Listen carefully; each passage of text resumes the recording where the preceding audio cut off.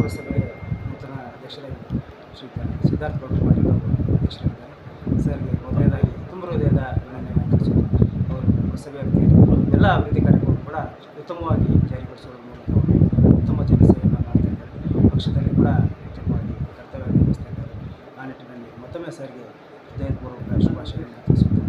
ಅವರಿಂದ ಕೆಲವೊಂದಿಷ್ಟು ಮಾಹಿತಿಯನ್ನು ಮೊಟ್ಟ ಮೊದಲ ನಿಮಗೆ ಏನಂದ್ರೆ ನನ್ನ ಅಧ್ಯಕ್ಷ ಈ ಶಿಗ್ಗಾಂವ್ ನಗರಸಭೆಯ ಅಧ್ಯಕ್ಷ ಆಗಿದ್ದಕ್ಕೆ ತುಂಬ ಖುಷಿ ಆಗ್ತಾಯಿದೆ. ನನ್ನ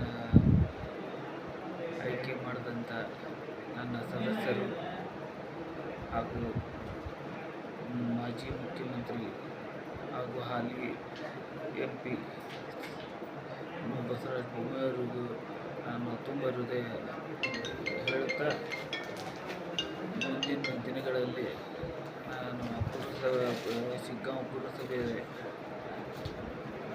ಒಂದು ಉತ್ತಮ ಆಡಳಿತ ಕೊಡೋಕ್ಕೆ ಇಷ್ಟಪಡ್ತೀನಿ. ಮೊದಲನೇದಾಗಿ ಮೂಲಭೂತ ಸೌಕರ್ಯ ಹಾಗೂ ಕುಡಿಯ ನೀರು ಪೂರೈಕೆಗೆ ಹೆಚ್ಚಿನ ಆದ್ಯತೆ ಕೊಡೋಕ್ಕೆ ನಾನು ಇಷ್ಟಪಡ್ತೀನಿ. ನನ್ನ ಪ್ರಾಮಾಣಿಕತೆ, ನನ್ನ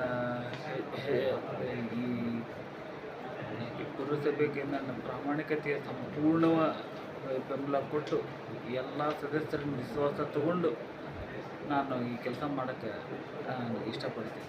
ಹೇಳೋಕ್ಕೆ ನಾನು ಎರಡು ಮಾತು ಧನ್ಯವಾದ.